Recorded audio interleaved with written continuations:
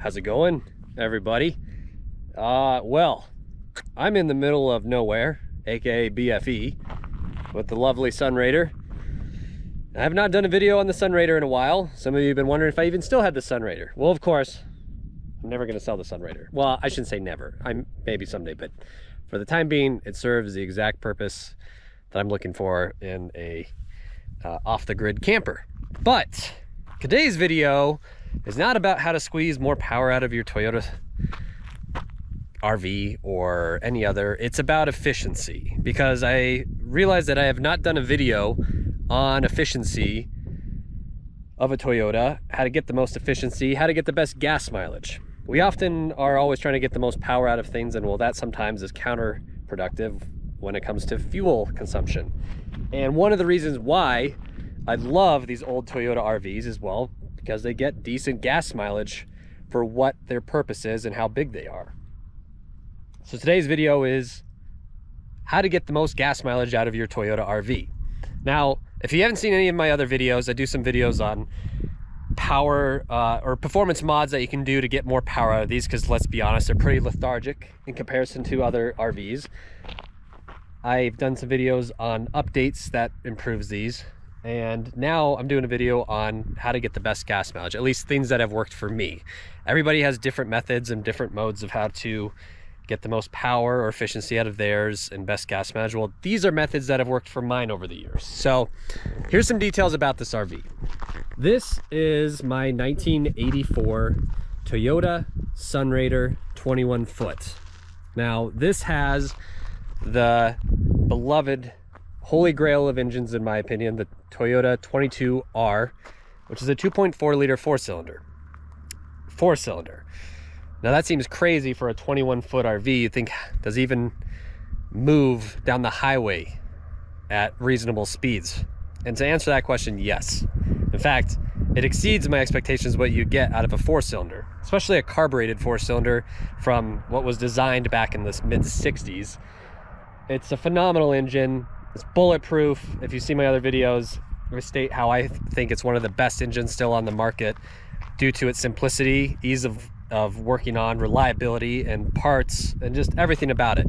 Now, of course, it has some cons. It is by far least away from the fastest of RVs in today's modern market. You can get yourself in a Sprinter for 180,000 and do 80 miles an hour all day long and probably get even better gas mileage.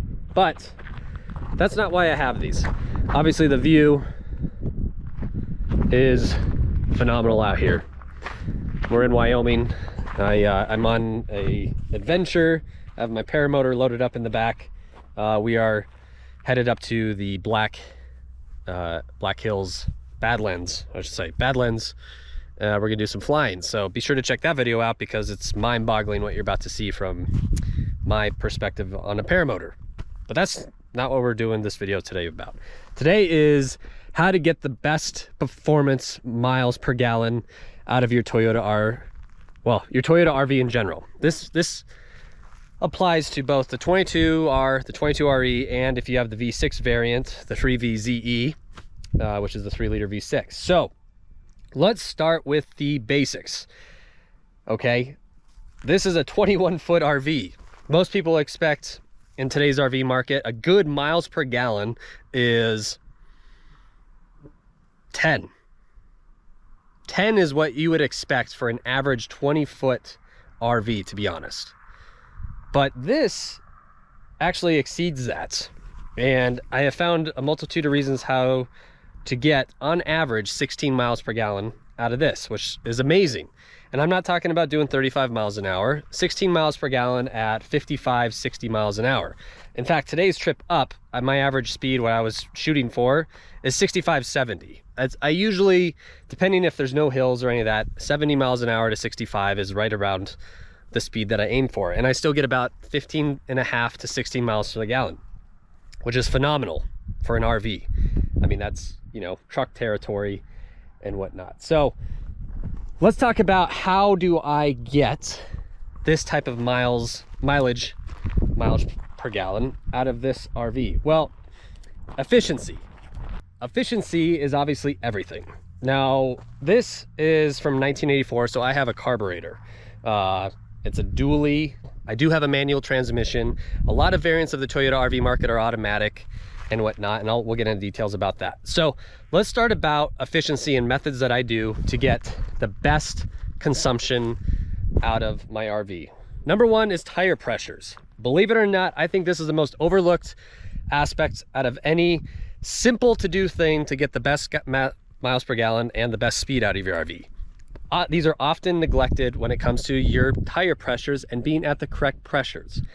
These are on average high pressure, high ply tires. So I mean 45, 50 PSI or higher is often the norm for these heavily loaded high ply tires. These are often much lower. People think, oh, we'll put 26 PSI. The difference between 26 PSI and 50 PSI in these could be up to 6-7 miles per gallon, maybe even more. I mean, that's all relative, but it's massive. Check your tire pressures. I cannot stress that enough. Make sure they are at the right pressures. That is often the most overlooked aspect on getting the best fuel consumption. Okay, so we got tire pressures. Number one, your efficiency of your engine is absolutely crucial. I pop the hood on this, so it gives you a better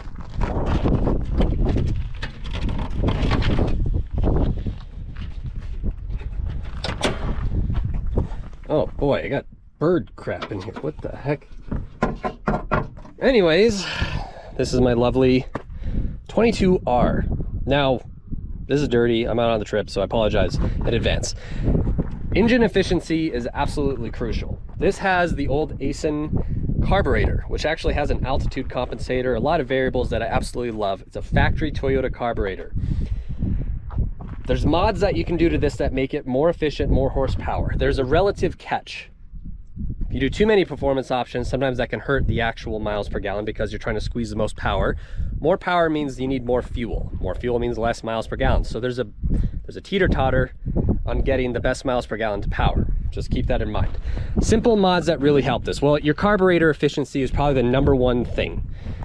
Often, these carburetors are nearly 40 years old, have not been touched, haven't been cleaned out. They're not at their optimum efficiency. If you are considering either cleaning out your carburetor or just running simple carburetor cleaner, that helps. But truly going through your carburetor, making sure all the gaskets, the needles, everything, the jets, everything is correctly set will mean plus or minus 6-7 miles per gallon or greater. Once again, relative. An efficiently operating carburetor is the most crucial thing on these 22Rs. That is if you have a carburetor. Options such as doing the Weber upgrade, I'm 50-50 on. The Weber makes more power, in my opinion, than this Aisin carburetor, but I do not feel it is as efficient as the factory Aisin carburetor. This also has the altitude compensator, so that regardless of what altitude I go to, it will adjust relatively fuel air ratio. So consider that. So Weber's more power, less efficient, can be a little bit of a pain to adjust. It's what you're expecting. I like the efficiency of the Aisin carburetor. You can still get a rebuild kit for it. Number two is the factory header system, which I went over on the last, is a performance upgrade that is massive. Air in, air out. You want things to flow efficiently through and out. The headers was a massive difference in my miles per gallon. LCE Engineering, sorry, sells a header kit that is phenomenal.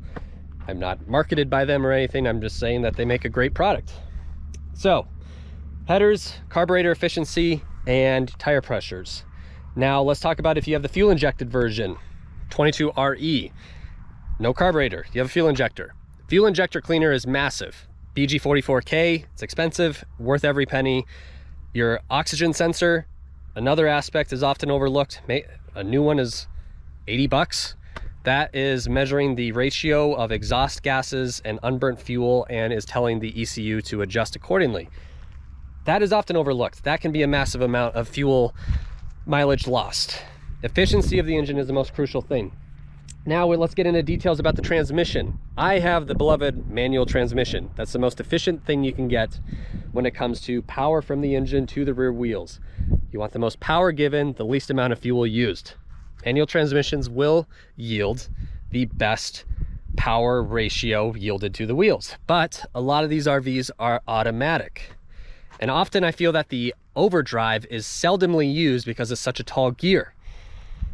Transmission not flushes but replenishes, and replacing the filter on the transmission helps efficiency with that. The factory rear end ratio on your differential, so you have power from the engine, transmission, through a drive shaft to your rear diff to the dualies. They're a 4:10 rear end ratio. That's usually the factory, even on the automatics. One of the greatest mods you could do for your automatic, regardless of what year it is and what model it is the 456 rear end or the 488. That will allow you to have a much broader and acceptable power yield and curve on your automatic transmission, and you'll be able to use the overdrive. Often these RVs, especially for my 94 with the V6, I hardly was able to use overdrive because it was such a tall gear, and these just don't go fast enough to do that. With the 456 rear end, game changer. Better gas mileage, better power. Consider that. So efficiency in the engine, making sure everything is working as it should from the factory. Oil changes are also often overlooked. These statistics of doing 10,000 mile oil changes, even 7,000, is bananas. Oil breaks down, heat breaks it down. Heat breaks your engine, heat hurts efficiency. Frequent oil changes. I run Shell Rotella 1540. In fact, if you go to a thinner viscosity, excuse me, it'll help with the efficiency of your engine. Change your oil often, 3,000 miles on the dot. That helps. Another thing that's often overlooked, brakes, e-brakes. These are 40-year-old rigs. 30-year-old rigs are the most common things on the market from the 80s, but I'm saying brakes seldomly are at their 100% efficiency as far as retracting. You have a piston, sometimes drums, e-brakes have a spring actuator. I've seen so many cases where they're dragging just slightly, and that's hurting you. That's hurting your speed. Making sure everything is up to snuff. Flush your brakes, adjust your e-brake cables. Just make sure everything is just smooth flowing. Wheel bearings are another aspect. Just check those things out, because whatever makes this vehicle roll easier is going to yield a better fuel consumption rate. Now let's talk about things that I do while driving this RV that get me the best gas mileage. Obviously, if everything's fully loaded, full water tanks, full fuel tanks, that's excess weight.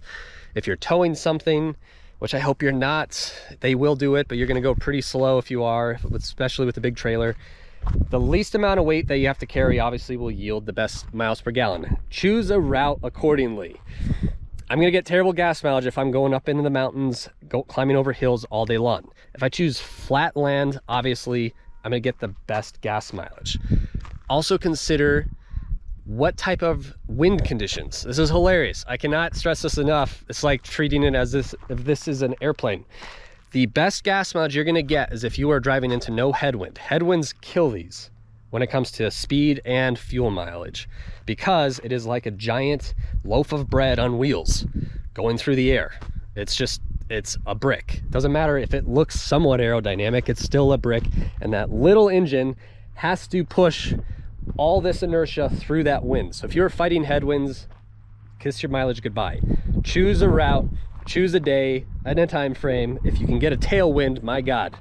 I've gotten 24 miles to the gallon with this because I had like a 20-mile-an-hour tailwind. It was incredible.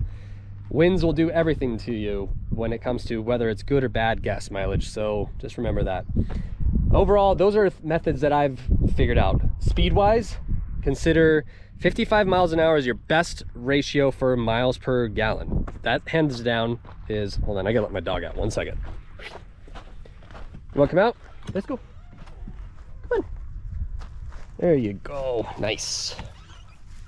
Go potty. Forgot he's in there and he probably has to go potty. So, speed. All right, let's talk about speed. I shoot for 65, 70 because I'm always in a hurry.